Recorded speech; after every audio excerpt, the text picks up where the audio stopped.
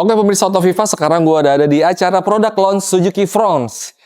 Ini adalah mobil terbaru yang dikeluarkan oleh PT Suzuki Indomobil Sales, tepatnya hari Rabu tanggal 28 Mei 2025. Mobil ini adalah mobil yang paling canggih yang pernah dibuat oleh PT Suzuki Indomobil Sales di Indonesia. Untuk mengetahui seperti apa spesifikasi detailnya, ikuti gue terus.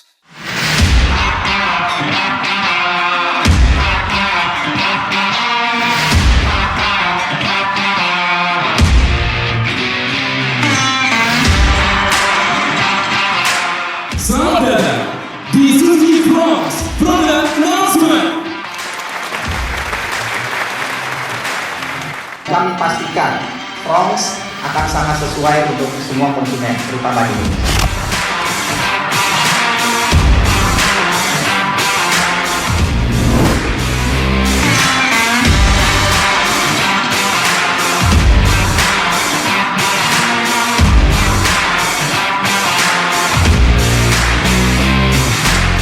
Oke pemirsa Otoviva, sekarang gue ada di dalam. Nah ini adalah unit yang mereka pajang saat peluncuran. Adalah Suzuki Fronts tipe SGX, adalah tipe tertinggi yang dilengkapi dengan teknologi mild hybrid. Mobil ini diproduksi lokal di Cikarang dan memiliki TKDN yang sangat tinggi pemirsa. Jadi semuanya mobil ini diciptakan di Indonesia. Nah Suzuki Fronts secara desain memiliki tampilan yang sporty dan maco banget nih pemirsa. Secara dimensi dia lebih compact dari Grand Vitara. Dia panjangnya hanya 3,9 meter dan lebarnya 1,7 meter.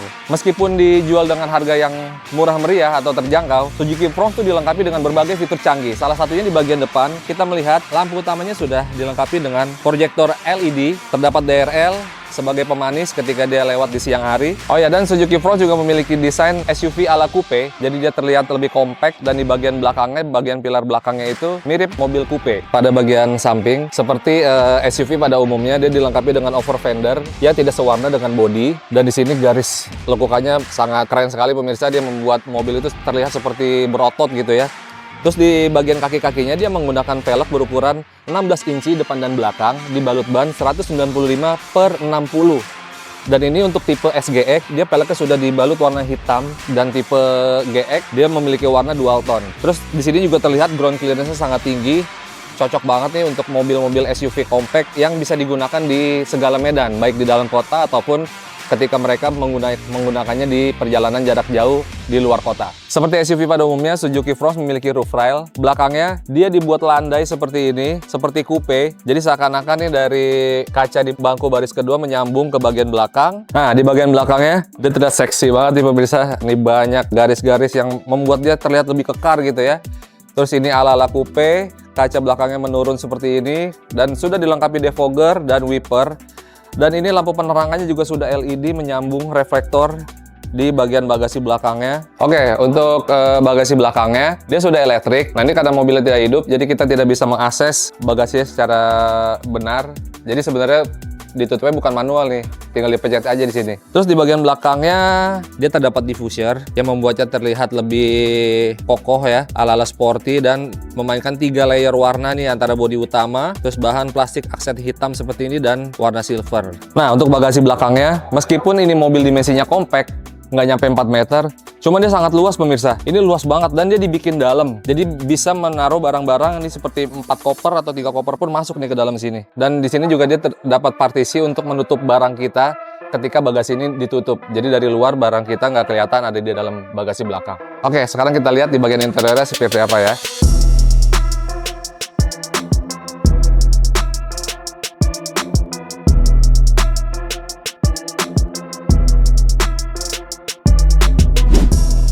Oke, sekarang gue ada di dalam kabinnya Suzuki Fronts tipe tertinggi SGX. Kesan simple, mobil konvensional tentu masih kita temui di dalam Suzuki Fronts. Banyak tombol di dalam sini dan yang menariknya adalah Suzuki memberikan kesan eksklusif di dalam interiornya. Dia memainkan bahan semi kulit dan fabric di bagian jok.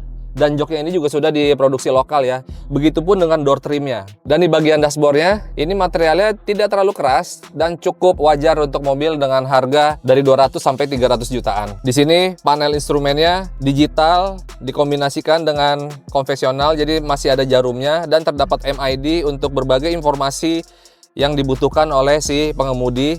Dan menariknya lagi adalah karena ini adalah mobil Suzuki yang paling canggih yang pernah mereka buat di Indonesia, Fronx ini sudah memiliki head-up display. Jadi ketika Anda berkendara, Anda bisa melihat layar keluar dari sini nih. Jadi Anda lebih fokus lagi nih saat berkendara. Dan terdapat wireless charging, dan Fronx ini dilengkapi dengan layar hiburan atau sistem hiburannya head unit model floating, ukurannya 9 inci.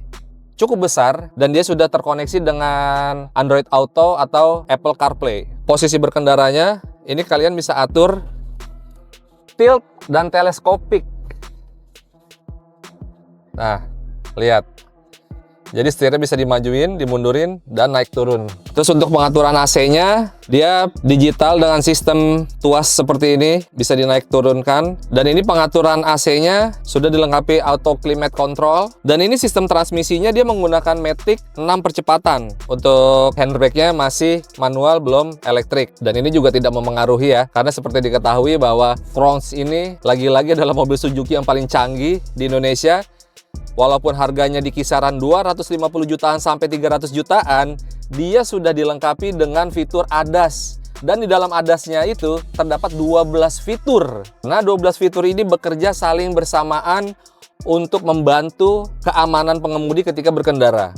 Mulai dari lane departure warning, terus adaptive cruise control, fitur yang dapat menjaga jarak antara kendaraan yang ada di depannya. Jadi ketika Anda lengah, ketika mobil keluar marka jalan, itu otomatis setir akan membalikan posisinya ke posisi yang benar. Begitupun ketika Anda berpotensi menabrak bagian depan kendaraan, nantinya akan ada indikator yang membuat Anda sadar bahwa Anda harus melakukan pengereman karena ada objek yang terlalu dekat di bagian depan. Begitupun dengan adaptive cruise control. Jadi Anda secara otomatis bisa mengikuti kendaraan lain yang ada di depan tanpa kontrol pengemudi tapi dalam kondisi tertentu. Ataupun dia bisa berjalan sendiri di jalan bebas hambatan dalam kecepatan tertentu tanpa perlu menginjak pedal rem atau memegang setir.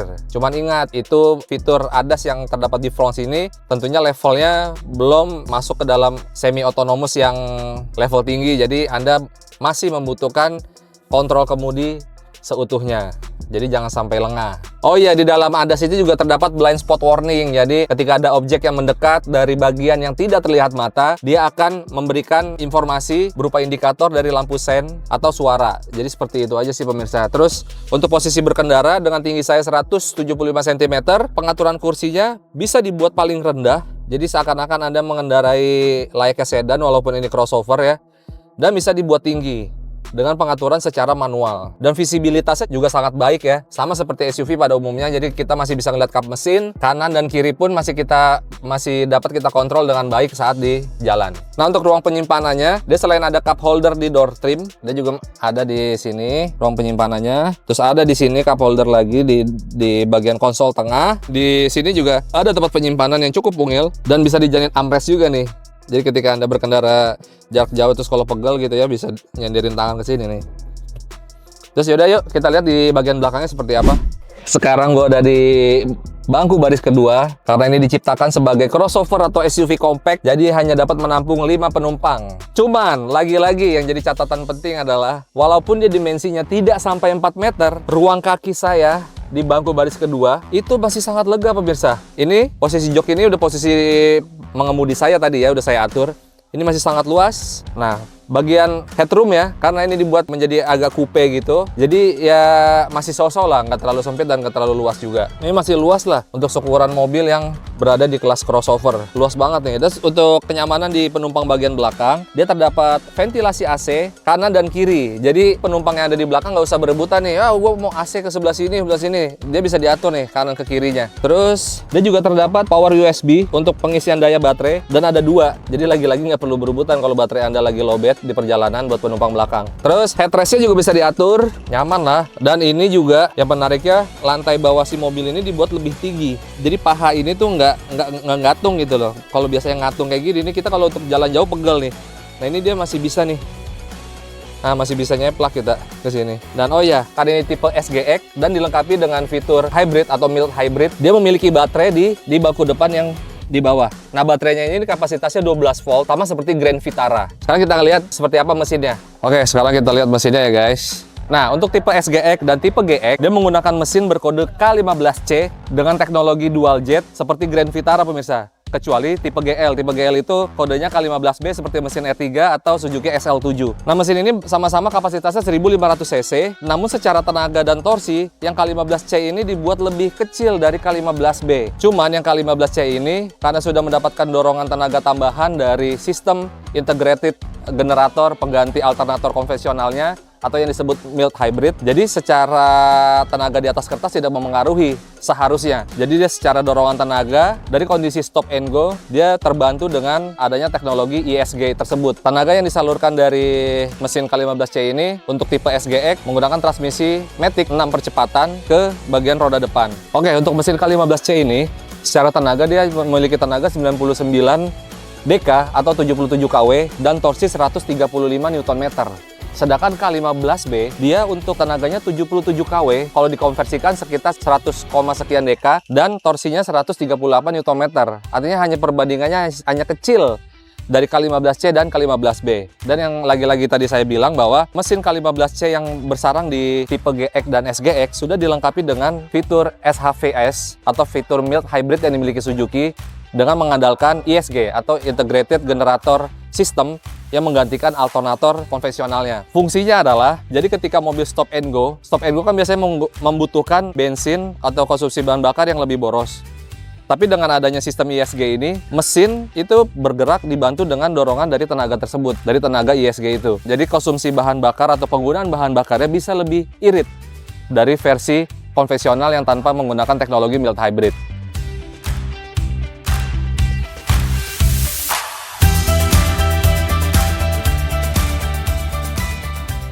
Dan untuk menunjang kenyamanan pengguna ketika berkendara, sistem peredam kabinnya juga diperhatikan oleh pihak Suzuki sehingga meminimalisir suara yang masuk ke dalam kabin, baik dari suara mesin dari bagian depan atau suara kendaraan dan suara kebisingan lainnya yang ketika berada di jalan raya. Jadi sistem peredam kabinnya juga diperhatikan banget nih sama Suzuki agar konsumen tetap nyaman. Dan hal yang menarik lainnya adalah untuk konsumen yang melakukan pembelian Suzuki Fronts mulai hari ini atau tanggal 28 Mei sampai September akan mendapatkan potongan harga sebesar 10 juta untuk semua varian dan berlaku di semua wilayah di Indonesia. Suzuki juga memberikan servis gratis selama 50.000 km atau 30 bulan untuk pembelian Suzuki Fronts. Jadi selama periode tersebut, konsumen tidak perlu mengeluarkan uang sama sekali, baik untuk jasa ataupun pergantian spare part. Oke, dengan sejumlah fitur yang mereka miliki, dengan harga yang ditawarkan, Suzuki Fronts cocok untuk kalian yang suka petualang atau melakukan aktivitas yang padat sehari-hari. Sesuai dengan tagline-nya, Made Plus at Every Mile.